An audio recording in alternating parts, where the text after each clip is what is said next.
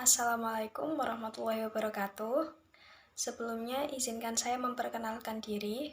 Perkenalkan, nama saya Ambar Inaya Azahra. Saya berasal dari Prodi Pendidikan Bahasa Inggris, Fakultas Keguruan dan Ilmu Pendidikan.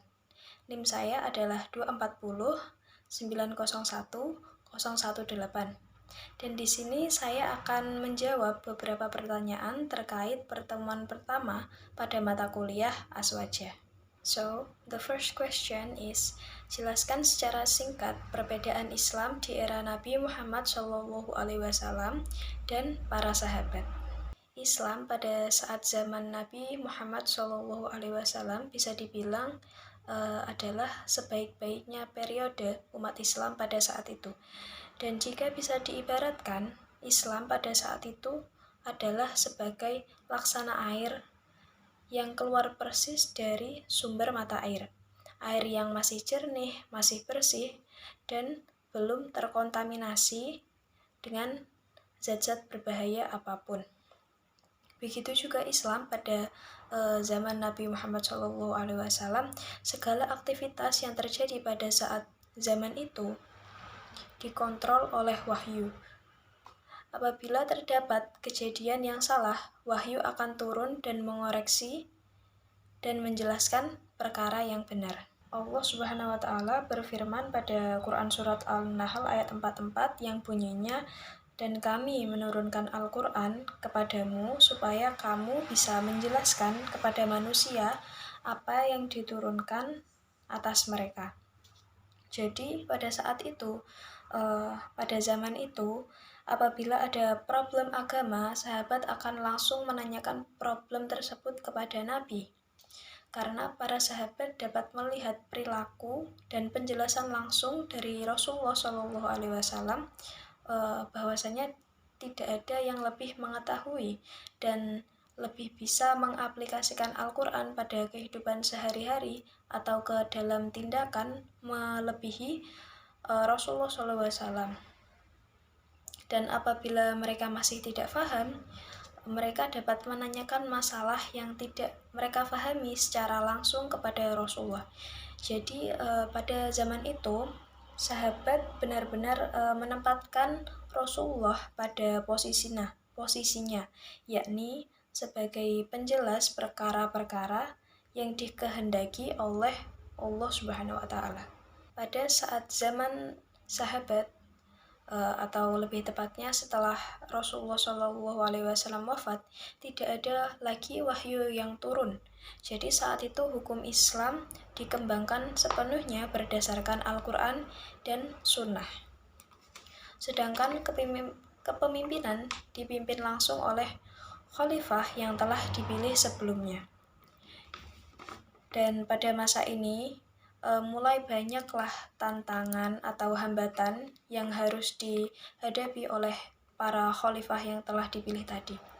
Misalnya ada perbedaan pendapat dan perpecahan umat yang berpecah menjadi beberapa golongan. And then the second question is, bagaimanakah sikap kita seharusnya dalam menghadapi konflik yang terjadi di antara para sahabat. Dalam buku yang saya baca, di sini menjelaskan bahwasannya sikap kita adalah sebagaimana yang dikatakan oleh Ibnu Ruslan berkata dalam Zubatnya, yakni segala konflik yang terjadi di antara para sahabat, kita wajib diam atau tidak boleh memvonis buruk terhadap mereka. Bahkan kita ditetapkan pahala ijtihad bagi mereka, yakni apabila ijtihad mereka benar, maka mereka mendapatkan 2 pahala, dan apabila ijtihad mereka salah, maka mereka mendapatkan 1 pahala. And then the third question is, jelaskan mengapa kajian tentang Islam di era Nabi Muhammad SAW dan para sahabat sangat penting. Seperti yang kita tahu bahwasanya Nabi adalah uswatun hasanah atau teladan yang terbaik dalam segala aspek kehidupan, seperti pada aspek akidah, akhlak ataupun kepemimpinan. Sedangkan sahabat adalah generasi pemimpin terbaik yang langsung dibimbing oleh Nabi besar Muhammad SAW. Dalam buku yang saya baca ada hadis riwayat Al-Bazar, yakni sebagaimana sebaik-baiknya generasi adalah generasiku, kemudian generasi setelahnya, kemudian generasi setelahnya, kemudian generasi setelahnya. Hadis riwayat Al-Bazar. Lanjut ke pertanyaan nomor 4. Ada jelaskan bagaimana umat Islam terpisah menjadi beberapa golongan atau sekte. Umat Islam sepeninggal Nabi Muhammad SAW telah terjadi beberapa perpecahan golongan. Ini pun didasari karena beberapa faktor, yakni diantaranya adalah faktor politik dan sosial yang berkembang saat Nabi Muhammad SAW wafat pada saat itu. Dan setelah Nabi Muhammad SAW wafat, umat Islam menjadi terpecah belah dalam beberapa bagian yang akhirnya melahirkan perbedaan pendapat pada saat itu. Kemudian dari perpecahan itulah nantinya akan lahir lagi beberapa golongan, diantaranya adalah golongan Sunni dan Syiah. And the last question is, jelaskan di antara keutamaan sahabat Abu Bakar, Umar, Utsman, dan Ali radhiyallahu anhu. Di dalam buku yang saya baca ini ada beberapa poin yang menerangkan keutamaan sahabat Abu Bakar Asy-Syiddiq. Di antaranya adalah karena tegarnya Abu Bakar Asy-Syiddiq ini. Jadi tegarnya Abu Bakar ini menunjukkan bahwa makom Abu Bakar lebih tinggi daripada makom Umar bin Khattab. Sebab suasana hati Abu Bakar tidak sampai menyebabkan dirinya bertindak secara tidak wajar. Orang yang mencapai makom tinggi seperti ini diibaratkan sebagai gunung yang kokoh, meskipun di dalamnya ada lava dan lahar yang sangat panas, namun karena kuatnya gunung itu, lava dan lahar itu tidak sampai tampak di luar gunung, tidak sampai terlihat di luar gunung. Dan orang-orang akan menganggap bahwa gunung itu senantiasa diam pada tempatnya. Padahal dalam Quran Surat An-Nahl ayat 88 yang berbunyi, dan kamu melihat gunung, kamu menyangka gunung itu diam, padahal ia berjalan seperti awan yang sedang berjalan. Selanjutnya yaitu keutamaan sahabat Umar bin Khattab. Umar bin Khattab dikenal sebagai Al-Faruq atau julukannya yakni pembeda antara kebenaran dan kebatilan. Di sini dijelaskan bahwa Umar bin Khattab adalah sosok yang tegas dalam menegakkan hukum Islam pada saat itu. Pada saat masa pemerintahan Umar bin Khattab, Islam berkembang pesat. Wilayahnya pun berkembang sangat luas, dari mulai ke Persia, Romawi, hingga Mesir.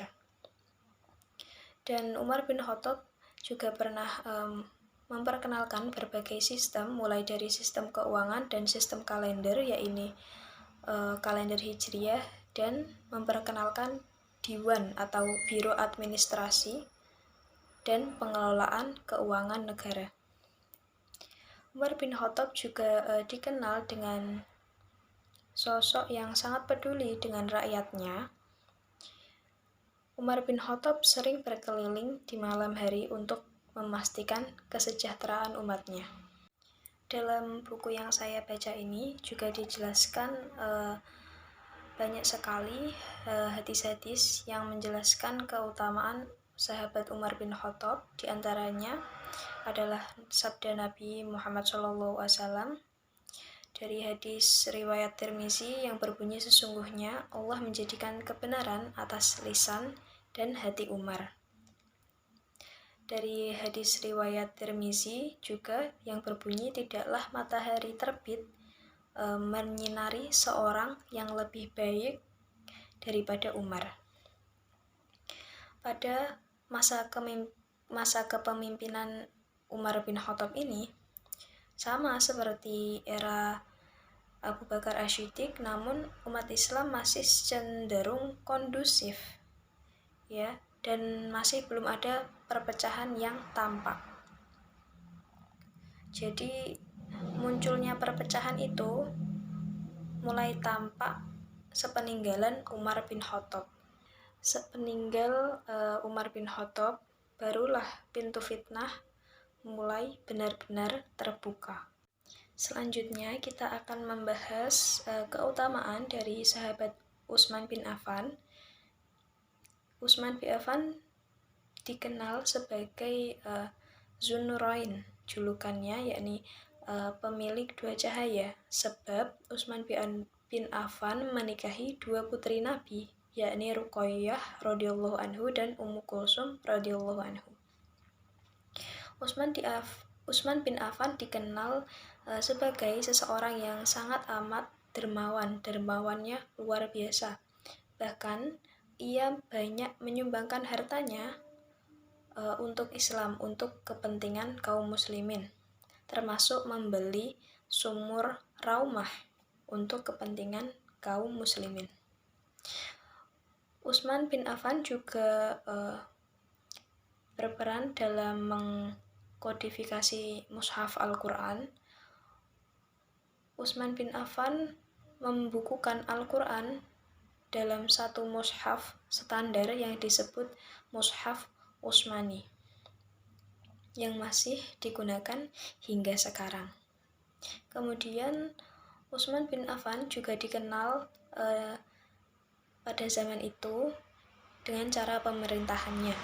Jadi Utsman bin Affan dikenal memerintah dengan kelembutan.